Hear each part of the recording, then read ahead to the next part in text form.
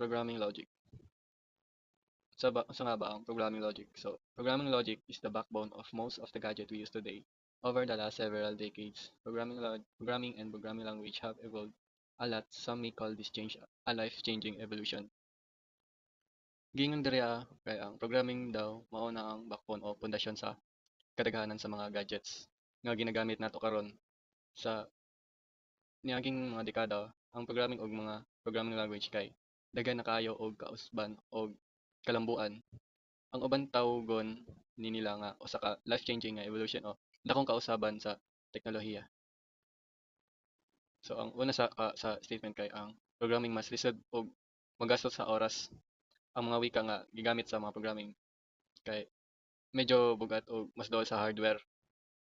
So mas lisod sabton og sulat apat kang sa paglabay sa panahon daghan na og mga bag-ong programming language nga mas sayon sabton or kanang mas dali gamiton og mas kusog pa. So mao na ang pasabot diri. So next nga slide kay yun diri kay logical thinking is one of the most necessary skills for success in programming. There are many ways to improve your programming logic, but the most important thing you can do for your kids is encourage them to start early. Logical thinking start in childhood, playing chess, solving simple puzzle, working through Sudoku puzzle, and other similar games. Enhance logical thinking skills. So sakto okay kayo ang gingon sakto kayo ang gingon diri nga ang logical thinking daw kay usa sa pinaka importanteng skills para kanang ma kanang ma success nga sa programming. Ang abilidad nga kanang magunana og maayong pamaagi aron masulbad ang mga problema maoy usa sa mga kinahanglanon sa programming. Nay daghay pamaagi aron mapa-improve ang imong programming logic like kanang gingon diri nga kanang mag-puzzle-puzzle, mga kanang simple ra gud nga mga chess, sudoku ana. The next is so ang nakabutan diri is programming logic is in a real world programming scenario, high level logical thinking skills are critical. How can you build stronger logical thinking abilities? We have compiled a few of the top 10 tips to improve your programming logic in language such as C, C++, Java, Net, Python, JavaScript, Perl, Shell script, and many more. So, sa real-world programming daw kay ang taas nga level nga logical thinking skills kay importante kayo kung gusto ka magpalig-on sa imong programming logic. So, kana dunay daghang pamaagi nga makatabang nimo. So, diri na mga nagiingon nga top 10 list nga to improve your to improve ang language, ang programming logic sa languages na ang C++, Java, Net, Python, JavaScript. So kani nga mga languages isa ni nga mga kuan kanang so gani kanang mga start nga kuan ba kanang dili ka makabalo sa mga pagsugod sa mga basic concept kanang practice sa pag-solve og problem base sa source code sa uban pag-debug sa code dili nimo mabuhat sa mga languages paghimo og kanang maps pseudocode og flowcharts ana pag-cut-on o kanang mga algorithm kanang pagbansay sa paghimo og functions kanang practice og kana paghimo og functions nga makatabang nimo sa pag-organize sa imong code ana ba. Then next is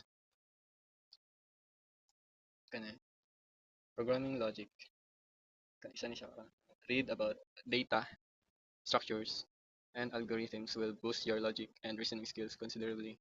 Thinking about and writing algorithm is a great activity as well. Pick a sorting or searching problem and try to come up with different solution on your own. Then compare what you come up with to known algorithms. Mga ginagawa algorithms kayo na. So as you read, understand, and practice algorithms, you can also read resources on a target programming language. It is also important to master common data structures such as arrays, LIFO, FIFO, linked list, hash maps, and more. So gingon diri nga kanang data structures o algorithms makatabang sa pag-ayo sa kanang katabang sa imong logic o reasoning skills. Then sorry. Ang paghunahuna og pagsulat sa mga algorithms kay usa ka maayo nga kalyukan alang sa pag-practice sa imong logical thinking. So kanang kuan magkuha ka og problema nga nagkinahanglan og sorting or searching nya paghimo ka og imong kaugalingon nga solusyon no. So dayon kay kanang pinaka nadala kay ikumpara ang imong mga solution sa mga kanang kilala bitaw nga mo kilalang algorithms nga. Kini nga pamaagi kay makatabang nimo nga mas masabtan ang kalainan og kanang kaepektibo sa lain-laing mga pamaagi. Sunod kay all logic program language can be generalized into category of programming languages. Called declared language, they share the same idea of analyzing computations. The computation is satisfied by specifying the properties of correct answer. Logic programs can be interpreted using main concept to logical truth and logical deduction. So dire agi nga ang logic programming language daw kay usa ka kasi nga kanang declarative language kanang computations kinatan-aw pinagi sa pag specify sa properties sa sakto nga tubag gamit ang kanang truth of logical deductions. Then ang logic programs gina-interpret pinaagi sa pag-analyze sa kanang sa truth og mga relasyon kanang sa tawag ito mga kamatuoran o mga relasyon sa pag-analyze. So next kay dala yung butang yung dala kay logical deduction determines whether a logical clause is a sequence of the program. Dili na mababasa ang tanan. So ang giingon nila dala kay ang logical deduction daw kay kanang natan-aw kung ang usa ka logical clause kay resulta sa programa or program nga ang mga logical programming language klaro ang operational meaning o kasagaran nagsuporta sa kanang finite sets ba na kanang kuan. Then ang mga kanang mga program kay naghatag og instruction para sa compiler. Nari putang kay compiler o kanang kini nga instruction gibuhat is kanang logical statements nga ang resulta kay logical consequence sa computations.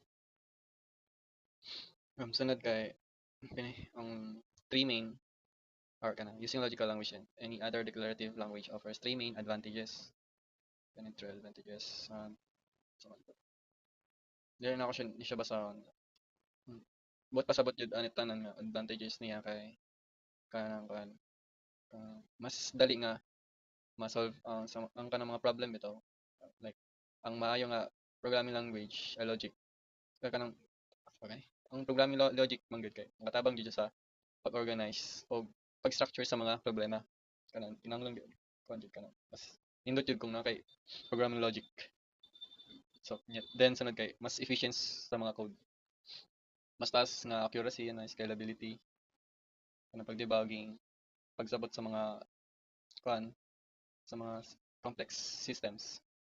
Like nga ang like kanang logical thinking nga makatabang jud sa mga pagsabot sa mga komplikado, mga algorithms ug kanang mga systems og sa mga og sa mga pag-improve sa mga solution sa mga problema mao na pasabot ani advantages niya.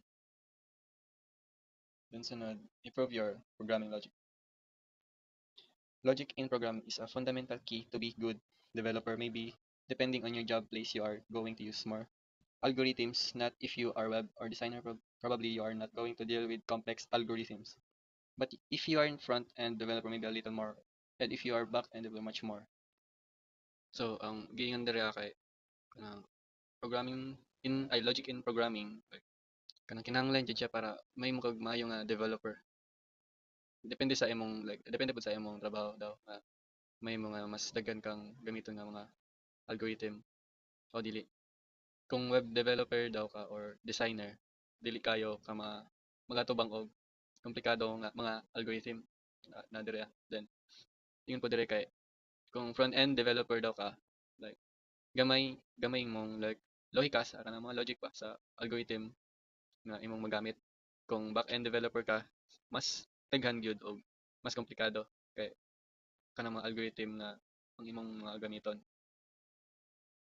So next kay unsaon daw pag-improve sa atong programming logic. Dire gingon dire so dire gingon dire nga think to solve ko. So unsa ang think to solve? Gingon dire nga mas dali kung bahinon ang dako nga problema. Like kanang para makuan ba? tawag gani kanang mga kabalo ka unsaon pag split sa mga big problem or into small ana ba nya mas maka-focus pa ka sa ingato nga way. Sa sunod kay practice kini may pinaka-importante nga kuan sa inyo pag-improve na diri nakabutang kay ang kanang mga algorithm daw kay is usa lang ka sunod-sunod og kanang limitadong proseso aron makakita kag og solusyon sa usa ka problema. Mo nang praktisi ang simpleng mga problema aron kanang tawag ni mas kuan pa ba mas ma-enhance pa imong logical nga pag-unahon na. So sunod is learn about data structures and algorithms.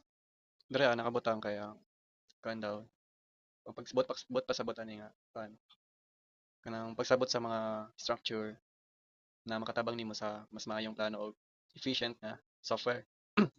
Kanang like mapalig-on sa kanang palig-on pa imong hunahuna hunahuna nga sa mga dula sample nga mga dula chess o kanang practice mathematics. Sunod kay learn programming paradigms. Dili nakabutang kay kanang ang kaning programming nga paradigm like isa siya sa pinakasikat mao ang sikat daw siya nga kuan nga paradigm kanang like more siya blueprint sa like kanang maghimo og mga kuan same sa mga engineer kanang mga plano maghimo kag plano sa mga project nimo ana. Then ang functional programming usab sa makatabang nimo nga maka-discover ka og laing pamaagi sa pag-solve sa mga problema. Sunod kay look at the other people's code. Diri nakabutang so buta sa bata ni sa programming god daghan daw ta og pamaagi sa pag-solve sa problema like um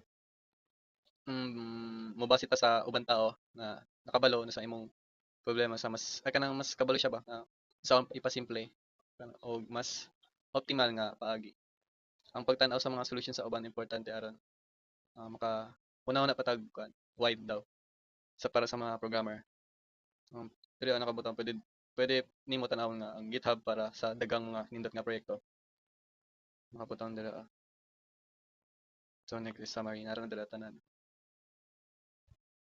Gibalik na ako ni. Ora to, thank you.